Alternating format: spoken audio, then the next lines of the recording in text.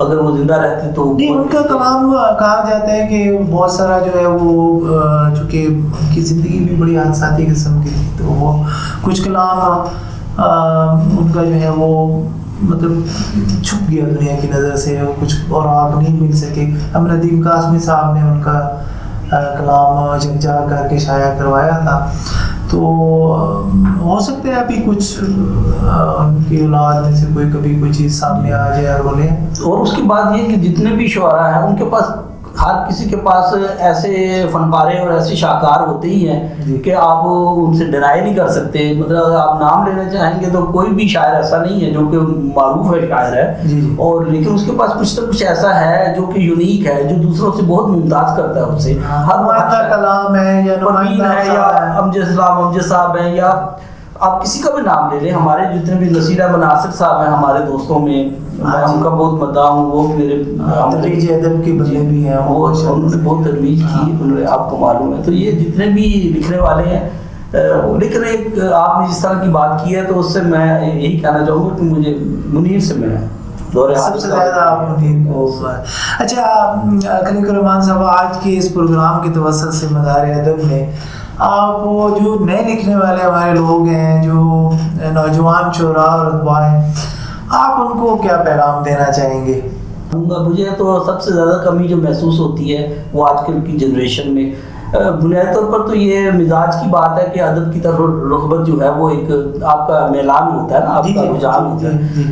تو اس طرف کسی کو ویسے کہہ کر تو نہیں لایا جا سکتا، لیکن جس طرح کے ہمارے طالب علم اور ہماری اپنی فیملی میں جو ہے وہ چاہے وہ کسی بھی شعبے سے ہیں، پڑھ رہے ہیں، تو جو لوگ ادب سے دور ہیں وہ زندگی سے بھی دور ہوتے ہیں. وہ زندگی کی حساسیت کو، لطافت کو، خوبصورتی کو اس طرح محسوس نہیں کر سکتے جس طرح ایک ادب کے ساتھ جڑا ہوا شخص زندگی کی حساسیت کے ساتھ اور چیزوں کو اور دیکھنا چاہتا ہے. اگر دکھ میں ہے تو وہ دکھ کو بہت زیادہ محسوس کرتا ہے، حساسیت. ہاں جی، حساسیت اس کے اندر پیدا ہو جائے گی. تو میں یہ چاہتا ہوں کہ جو ہمارے نوجوان ہیں وہ کم از کم شعر و ادب کی طرف ضرور، زندگی کا کچھ وقت حصہ جو ہے اگر مکمل نہیں تو کچھ حصہ جو ہے وہ اپنی پڑھائی کا یا اپنی کتابوں کا وہ اپنے ساتھ کتابیں رکھیں، ادب کی شاعری رکھیں، افسانہ، فکشن، اور یہ ضرور پڑھنا چاہیے. اور فلمیں تو لوگ دیکھتے ہیں لیکن فلم دیکھنے سے اور کتاب پڑھنے سے بہت فرق ہے. تو اس لیے کتابوں سے جڑنا اور علم کو اس سطح پر دیکھنا، کیونکہ آپ کتاب پڑھے بغیر آپ علم کی جہات کو نہیں سمجھ سکتے. آپ کو جغرافیہ پڑھنا چاہیے، آپ کو ہسٹری پڑھنی چاہیے، آپ کو فلسفہ پڑھنا چاہیے، اور ٹیکنیکل جتنی بھی ہمارے اسٹوڈنٹس ہیں وہ پڑھ رہے ہیں اپنی کسی بھی شعبے سے وابستہ ہونے چاہیے کہ وہ ادب کو نہ چھوڑیں، ادب کے ساتھ جڑ جائیں. جی، کیونکہ ادب تو ایک مرکب ہے نا ساری تمام چیزوں کا، ایک تمام اس میں آپ ٹھیک ہے 2 + 2 = 4 کا فارمولہ اس کے اندر نہیں ہے کہ یہ کوئی چیز بالکل کنفرم ہو جائے، لیکن ادب میں سارے علوم کو شامل کیا جا سکتا ہے. سائنس کے حوالے سے کچھ باتیں کی جا سکتی ہیں اور بہت سارے شعراء نے کیا ہے اس حوالے سے، اس میں کوئی شک نہیں ہے.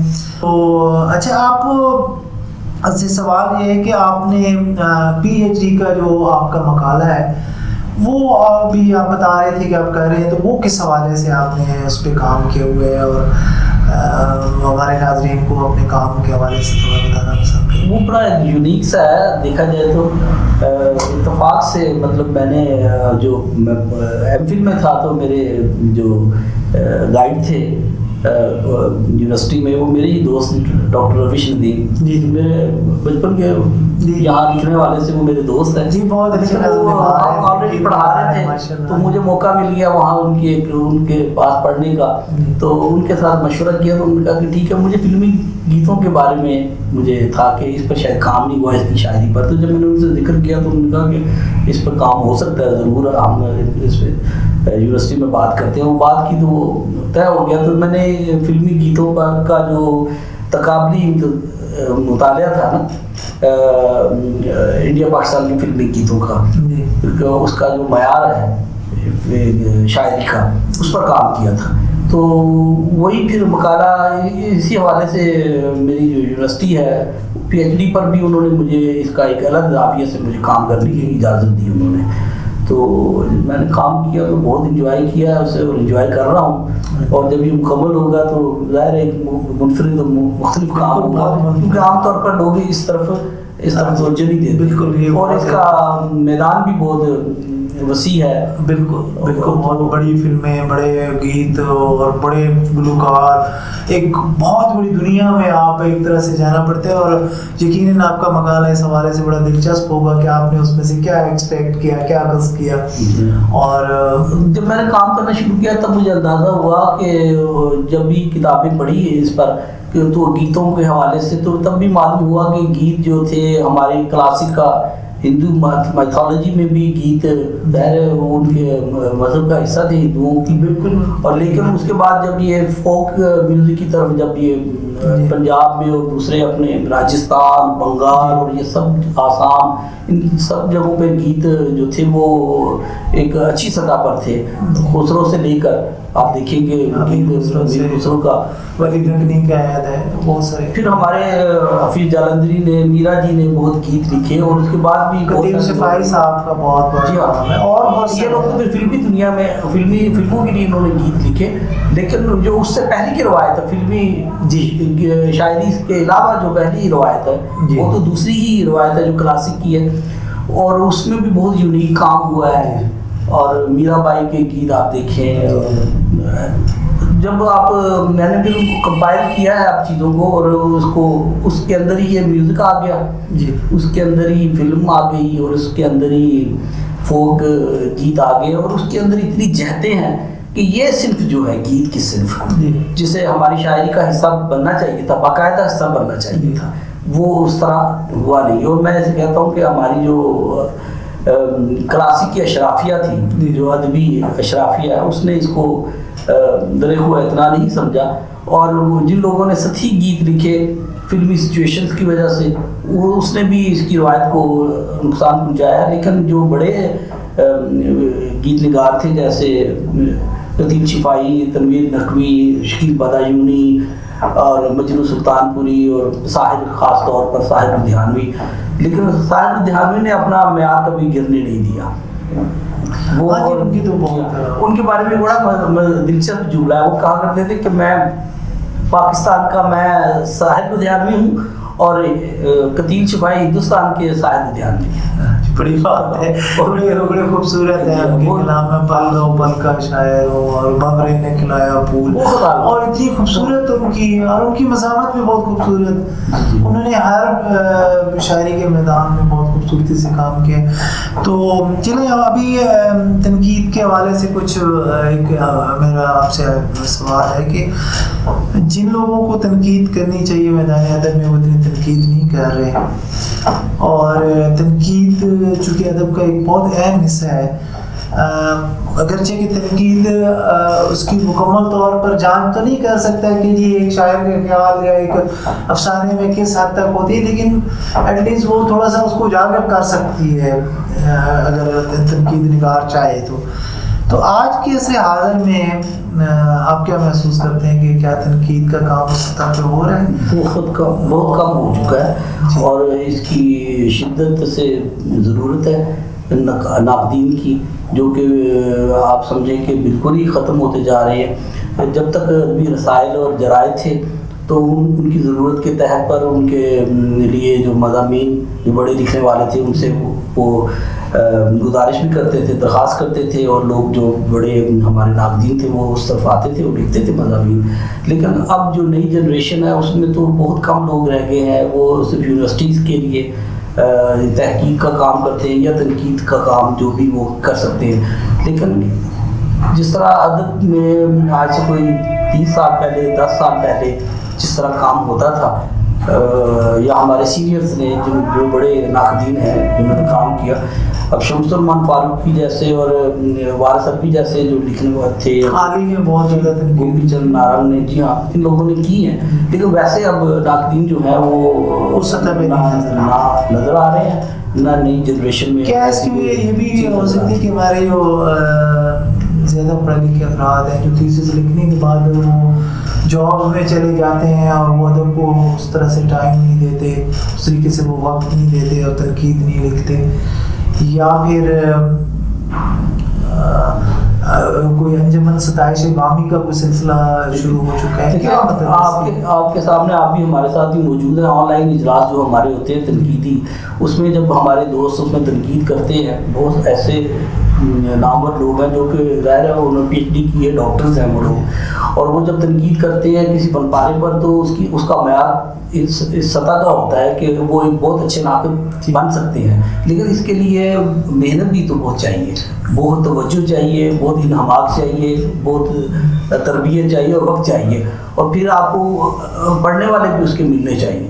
تو یہ سارے مسائل ہیں ہماری تنقید کے, آج کی تنقید کے. اور پھر جو زمانے کا چلن ہے اور رویہ ہے وہ بدل چکا ہے.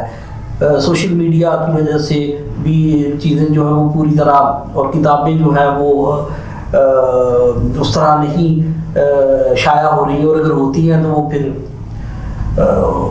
پڑھا اتنا نہیں جاتا آپ کو. اور اس حوالے سے یقیناً ہماری ادبی اداروں کو بھی کام کرنے کی ضرورت ہے. کہ میں پی ڈی ایف کی بات کرنا چاہ رہا تھا, میرے ذہن میں لفظ نہیں آ رہا تھا کہ کتابیں پی ڈی ایف بنا کر جو آج ہی ڈلیور کر دی گئی ہیں, لیکن اس کو خریدنے کا کتابیں ای بکس زیادہ آج کل لوگ پڑھتے ہیں. تو اس طرح ادب جو ہے وہ مجھے لگتا ہے کہ جیسے ہوا میں معلق ہو گیا ہے, جیسے اسکیٹرڈ ہو گیا ہے, تو اس کا پھیلاؤ چیزیں جو ہے وہ یکجا ہو نا ایک جگہ پر, تو آپ کو اس کا پڑھنے کو, اس کو دیکھنے کو, جانچنے کا, پرکھنے کا موقع مل جاتا ہے. تو تھوڑا مسائل ہیں اس طرح کے ادب میں.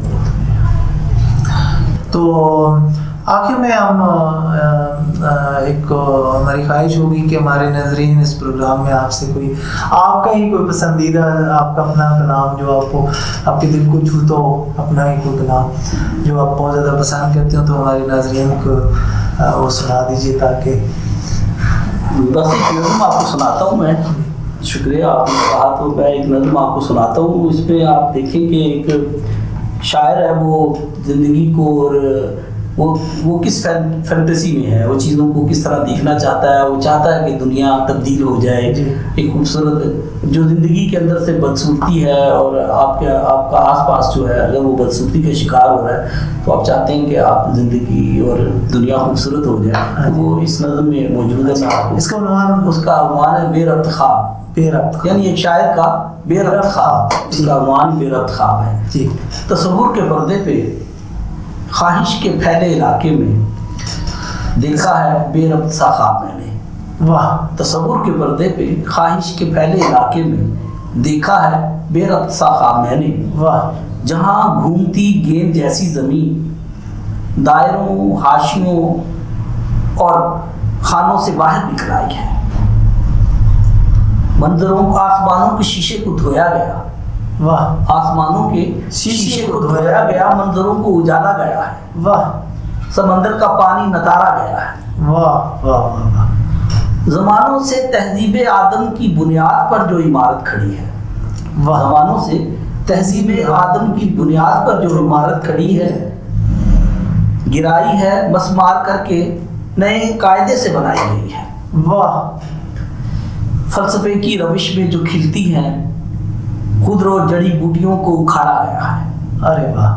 فلسفے کی روش میں جو کھلتی ہیں خضر و جڑی بوٹیوں کو اکھاڑا گیا ہے. سماج اور مذہب کی مٹی کو ہموار کر کے نئی کھاد ڈالی ہے, پانی لگایا گیا ہے. کیا کہتے ہیں, کیا خوبصورت. سماج اور مذہب کی مٹی کو ہموار کر کے نئی کھاد ڈالی ہے, پانی لگایا گیا ہے. کسی طرح انسان کے وحشی ارادوں کے منہ اور گھوڑے, کسی طرح انسان کے وحشی ارادوں کے منہ اور گھوڑے لگاموں سے کھینچے گئے.